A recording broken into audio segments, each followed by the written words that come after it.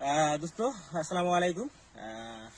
আজকে আসলে দুইটা কথা বলার জন্য আপনাদের মাঝে আসছি। প্রথমত হচ্ছে এই যে সোশ্যাল মিডিয়া, আমি দীর্ঘদিন ধরে সোশ্যাল মিডিয়ায় কাজ করতেছি। আসলে জানি না কতটুকু ভালো কাজ করতে পারতেছি, তবে আমার কাছে মনে হয় যে সোশ্যাল মিডিয়া, বিশেষ করে ইউটিউব এবং ফেসবুক, এটা পৃথিবীর জন্য একটা আশীর্বাদ।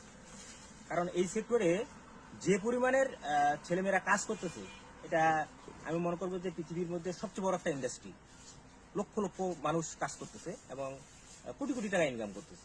তো আপনাদের মধ্যে যদি কারো কোনো প্রতিভা থেকে থাকে, সেটা হতে পারে সুন্দর রান্না, সেটা হতে পারে আপনি একজন ভালো কৃষক, আপনি একজন ভালো কবি, আপনি একজন ভালো গায়ক, আপনার যে যার যেটা প্রতিভা আছে, আপনারা যদি সেটাকে কাজে লাগিয়ে ছোট্ট করে একটা ভিডিও তৈরি করে সেটা যদি আপনি ফেসবুক কিংবা ইউটিউবে আপলোড দিতে পারেন, তাহলে এইখান থেকে আপনি স্ট্যান্ডার্ড মানের ইনকাম করতে পারেন।